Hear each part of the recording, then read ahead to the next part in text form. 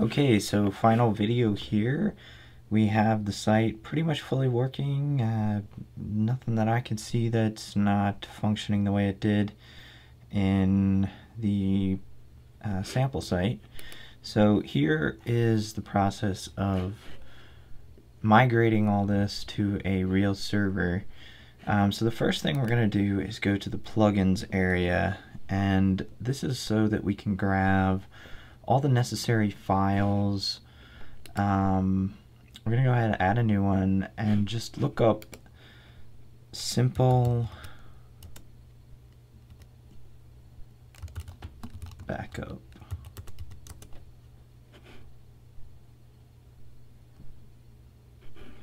Okay, so we're going to go ahead and install Simple Backup. Activate the plugin.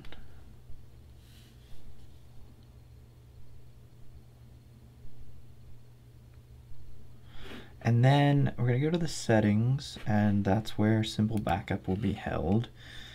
And in here, what we're going to do is, it says, welcome, this plugin needs to be configured. So let's go to the plugin settings and configure it really fast. So file backup, we're going to enable. We're just going to go with zip. Database backup, we would also we absolutely need to get that. SQL zip, that'll keep the file sizes down. FTP storage disabled, and htaccess security, just going to disable it for now. So save those changes, and now we're ready to create a WordPress backup file. This is a good thing to have for your site regardless of this process, just to get the whole thing backed up. So here we have a backup of our database there, and then it's currently running a backup of the core files. So just gonna let that happen, and I'll get back to you when it's finished. Okay, so there we have our backup files, and you can see 7.9 megabytes for this site, not so much, so not gonna be a bad thing.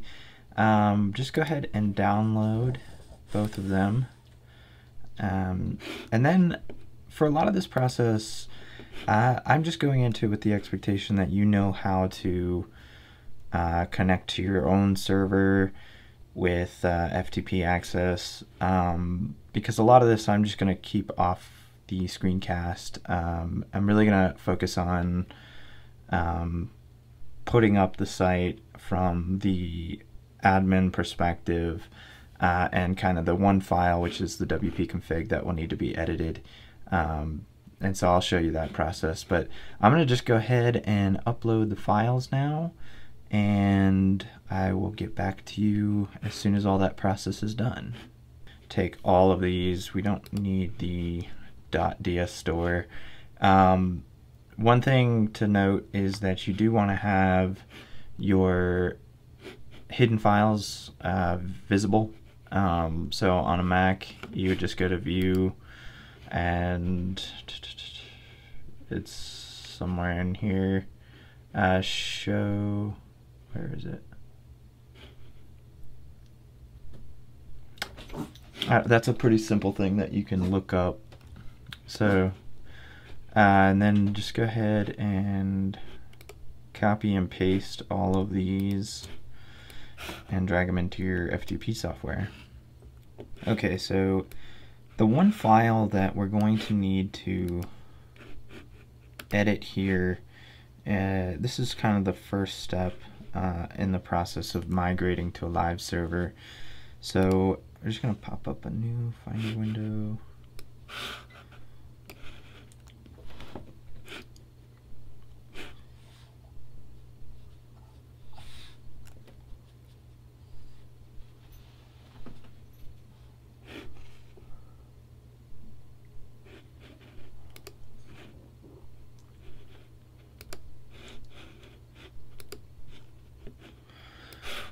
Alright, so we have our Bootstrap to WordPress. We'll go to need to be in the root here. The one file that we will be changing here is this wp-config. Now, this file's main purpose is to create a connection to the database. And so here we go. Alright, so here you can see those variables at the very beginning that we put, we put in through the kind of wizard setup. So when you move to a new server, you're likely going to have to change all of these. Localhost is fine. The character set will be fine. I'm going to keep all of this private because this is going on my actual real server. So, but just know that whatever database you create on your server, you're going to need to put the name of that database there, the user that you use to create it that has all privileges to that database, and then just the password for that user. So down at the bottom, there's a bunch of what are called authentication unique keys and salts.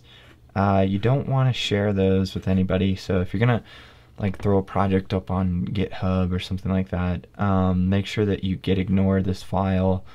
You don't want people to have those. Those can be used to hack your site. Alright, so there's two things that you're going to want to add. Okay, so down below DB collate, just go ahead and leave that, and then we'll just make a comment to set URL for the site. And then we'll just make a comment like that. And down here, what we need to do is define, and then the first part of this is going to be DB, and then home, all caps, comma, and then wherever the new URL is going to live. And so I've set up a subdomain on my from my domain, and we're just going to have it there. So it's going to be called simple bootstrap wp.adambergenpass.com. We will need the HTTP, and I don't think we need the www. Yours might be different, so you may need to put that, you may not. So go ahead and close that out with a semicolon, and then copy and paste this and change the home to site URL. So now what this is saying is that it now lives here, and it's telling WordPress that this is now the URL structure to use for looking for images and etc. And I'll kind of show you how all that's going to work down the line, but go ahead and save this. Now off screen, what I basically did was, if you go back to the very beginning of the process, it's pretty much exactly the same. You will have to navigate your own server's cPanel and get all that kind of settled up, but as far as creating the database and all that stuff, there are other tutorials out there that can kind of show you a step-by-step process of that. But once you have all that set up, you can go to the actual, so I have all my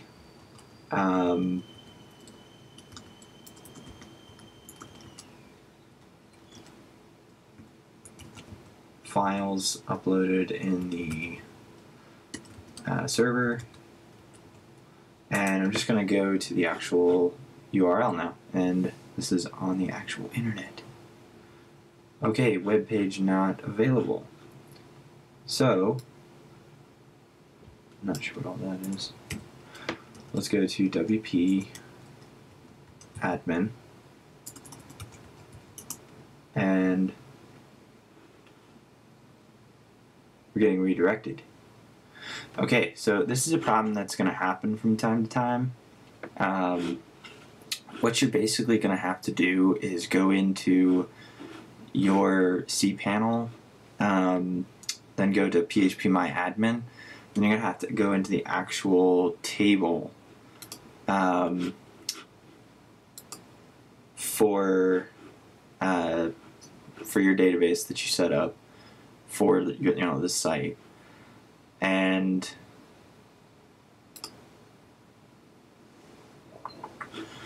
go to the table called WP options.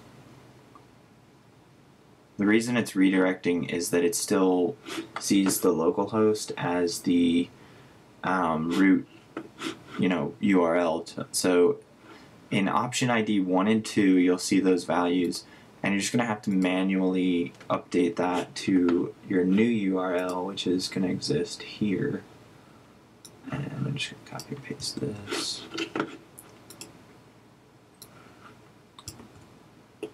And then do that on the other one.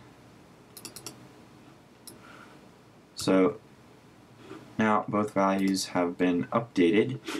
So let's go back to WP. Well, let's just see what we get. We're still getting connection error, so let me see what happens when we go to WP admin. Alright, and now I'm just going to go ahead and log into the site.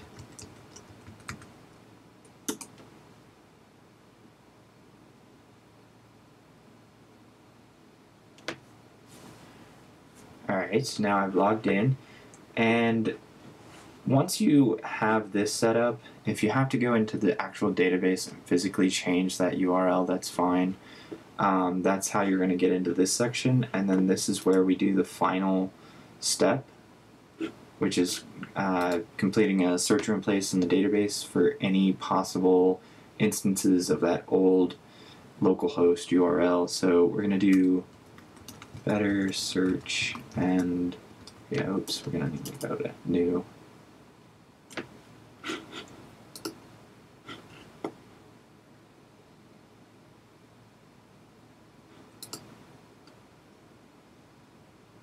So it's just called better search and replace.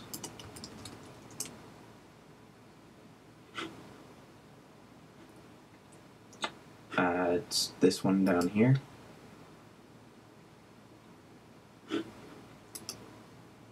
And then activate it. And then I believe it is either in your tools. Where is it? Yeah, that's in your tools. So go to better search and replace, and what we're going to do is we're going to select all of the tables, and then we're going to go ahead and go to our old one, grab the URL, paste that in, then go to this here and just grab everything before .com for that last M. And we're going to replace it with this. Now we're going to go ahead and leave this checked just to see what's going to happen. Alright, so 11 tables were searched, 2 cells were found that needed to be updated.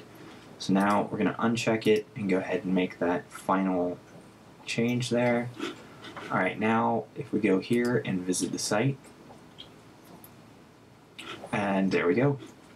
So now the site is live on a subdomain of my actual website, and you can go there and take a look at it. I'm also going to post the code, everything that I wrote on these videos on GitHub, my GitHub, which I'll leave a link in there, but you can also go to my site and navigate to it from there. So if you ever stumble on a place and can't figure out what you've got wrong, it's a good reference for this project. And I think that's it. Alright, thanks for watching, and let me know if you have any questions. Bye.